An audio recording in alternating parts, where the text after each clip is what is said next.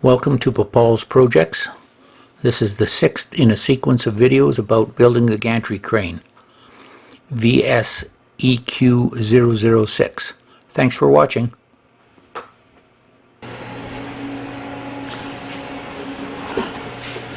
Okay, we're back with you on the Gantry Crane project.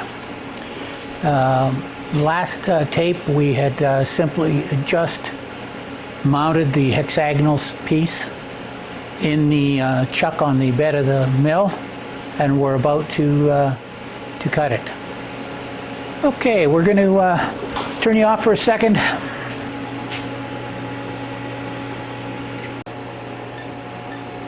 We place this in memory.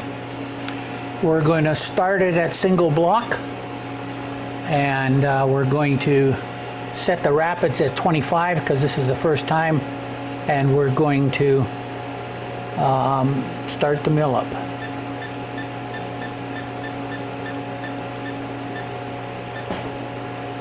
Okay, we've got RPM.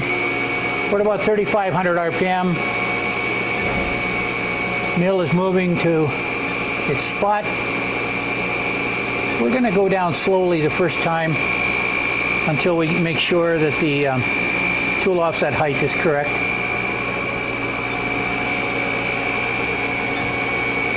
It should stop 0.1 of an inch above the part, and there it's stopped.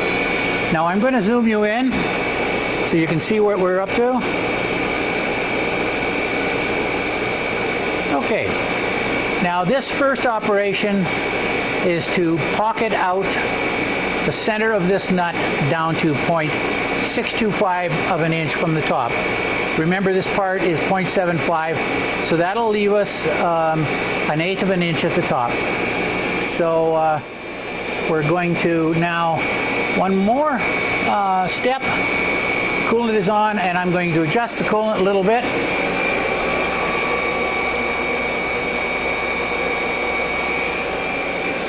Okay.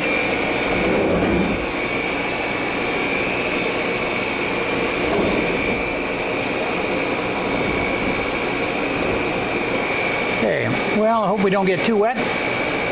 So, single block is off, and we're going to start.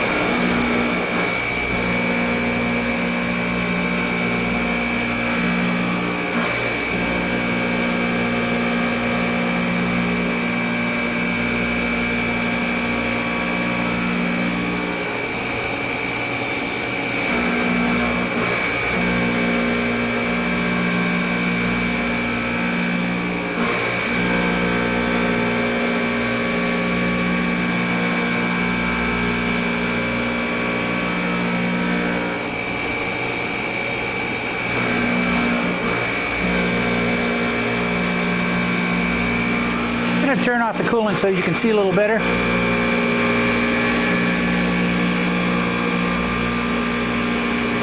I'm using a 1/2 inch Kennametal HPV variable flute angle carbide cutter. I find these are a little bit more costly, but in the end I get more cutting time out of them. Okay, we're going to speed up the rapids to 50%, and you'll see that the tool will move more quickly to the start point again.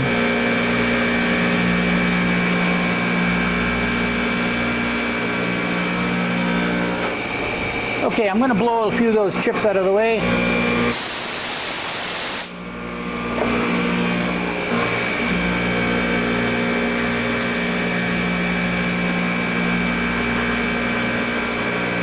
So I'm going down with this initially as a rough cut, leaving about 10/1000ths on the wall and nothing on the bottom of the pocket. I'll do a final cleanup to the outside diameter I want.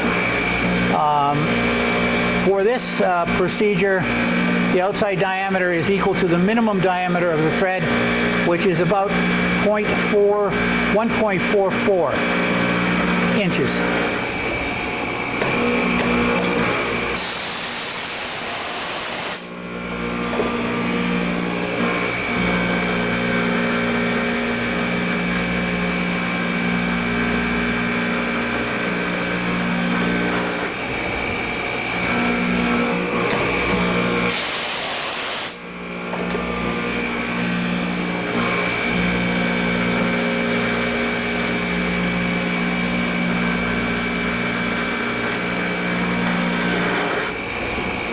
That chattering you hear is the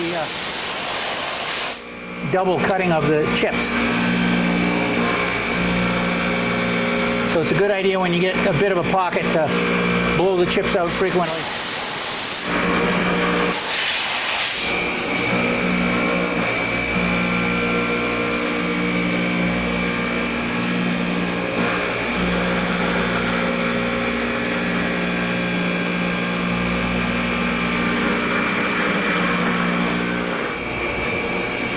And we're on in the final pass right now for depth.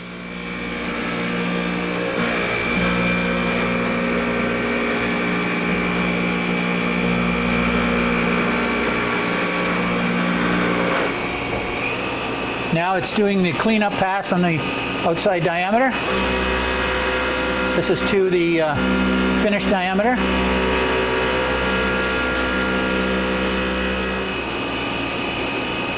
And then there's another pass. I'm going to go down a little bit just to ensure that the start of the thread is below the surface of the nut. Okay, that's finished. So I'm going to bring you in close, and so that you can see. Oh, let me do this a little differently.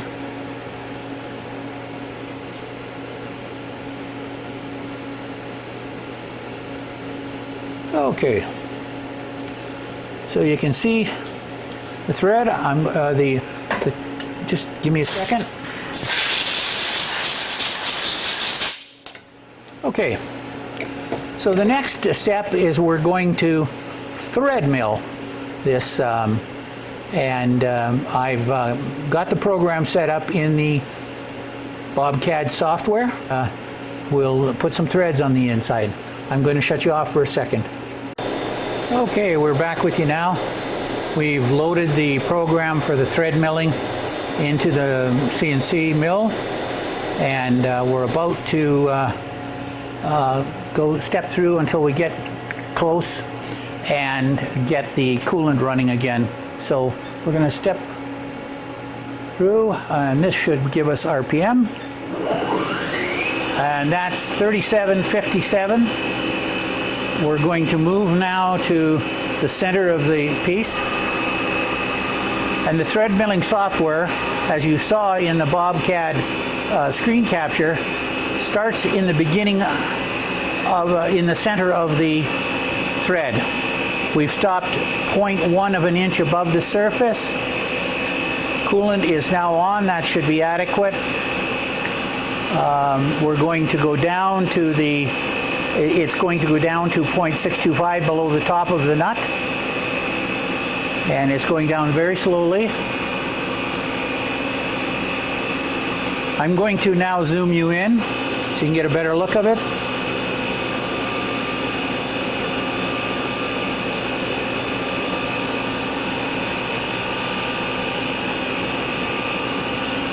And we're down at the bottom.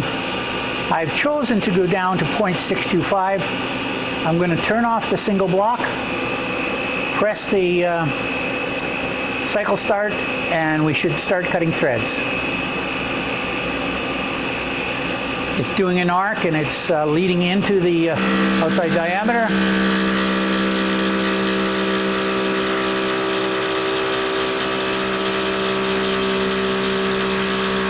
And I'm going to turn the coolant off for a second so you can see that the thread is actually starting. And again, as we did before, you get a better quality thread if you keep the chips out.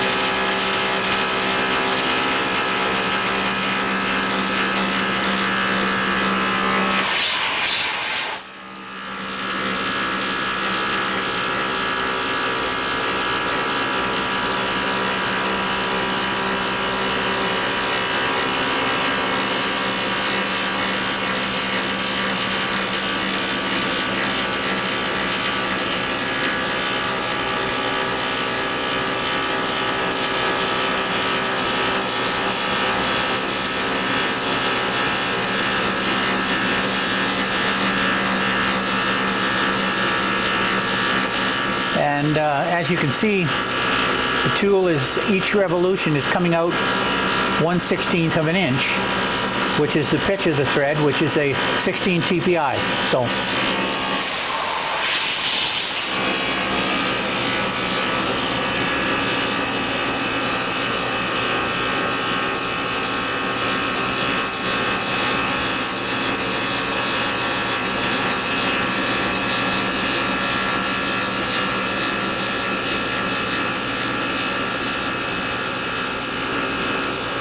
I use lots of flood coolant to clear the chips, and with the half-inch hole that's in the bottom of this nut on the bottom side, the chips are clearing pretty good. The coolant is flushing them out.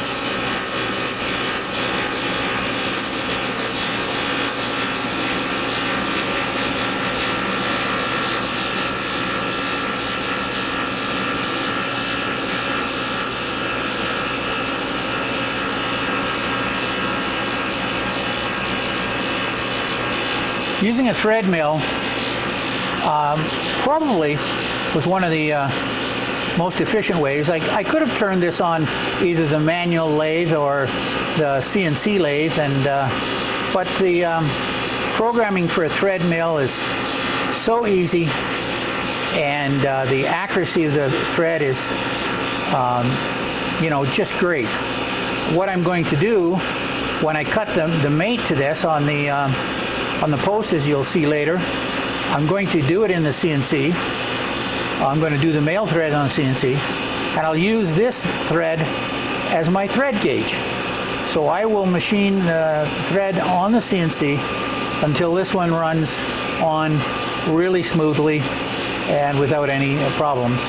And I can do that by adjusting the tool offset for the thread cutting insert as we cut the thread, and sneak up on a really tight fitting thread. We're at 3/16 below the surface right now, 0.187 I mean, and it's gradually working its way out. We should have a really nice 16 TPI thread.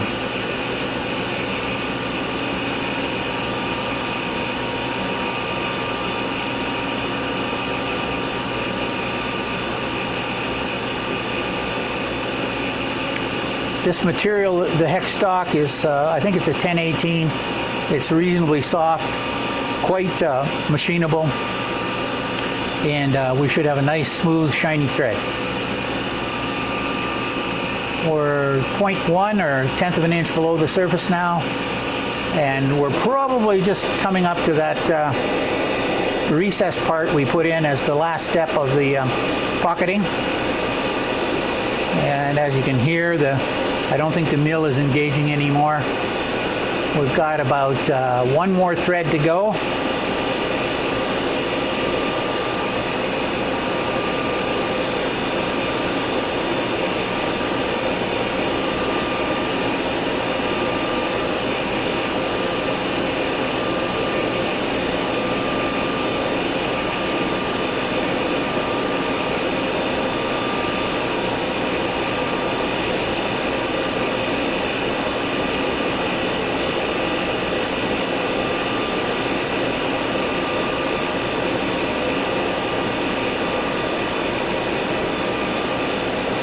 And we're coming up on being done.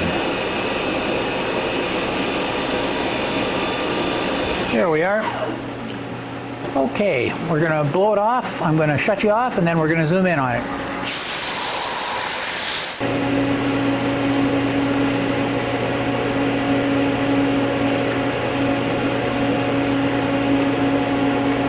Okay, we've got you zoomed in. We're going to go in a little further, see if we can focus in there. As you can see, the thread started right at the bottom and worked its way out. The thread looks great. One of the problems that I see, though, not a problem, and it's easily rectified, is you'll notice right here there's a bit of a roughness. that was when we milled the hole. So what I'm going to do is I'm going to do one more step, and I'm going to use a 90-degree beveling tool, chamfer tool, and I will just put a small chamfer on that thread to give the thread a bit of a lead in. So I'm going to go off camera now, set up the tool to do that, and I'll come back when I do that. Okay, we're back with you again. We've loaded a chamfer program and a chamfer tool, and we're going to step through it in a single block and get down to the point where where the tool comes into view. Just give us a second here. We're cutting at 600 SFM. RPM will be 3884. And I'm going to come down to 0.1, and I'm going to adjust coolant just a little bit.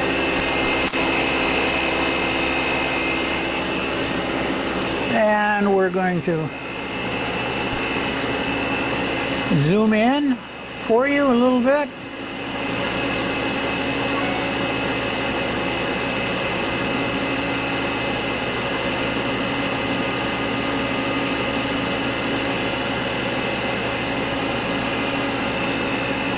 We're going to go ahead and press cycle start.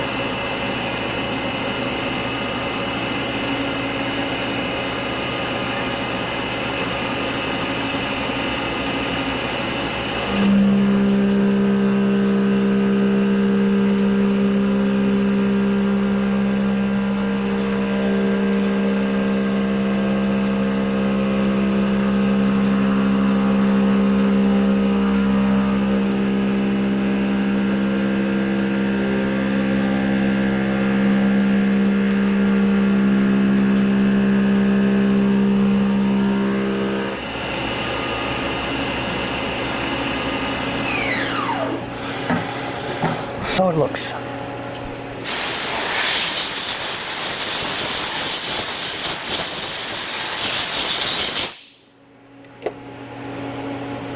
Okay, I'm going to take that out of the vise, and we'll have a look at it. I'm going to take that out of the chuck, and we'll have a look at it. Okay, we're going to try zooming in on this again. So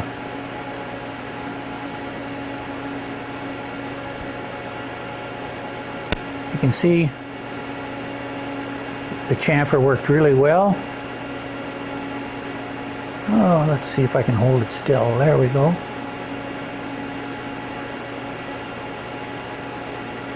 The part has a 1-inch reamed hole in the back, and that's going to accommodate the pin. So now that we've got this one done, it's just a matter of installing the next piece, which has been prepped in the mill, and running the 3 programs in sequence, and we'll have another one just like this one. Okay, I'm going to go offline. We're going to do that, and I'll come back to you later. Okay, we're back with you. I'm not sure if you can see the print, but we'll come zoom in a bit on the hand here, hopefully. There we go.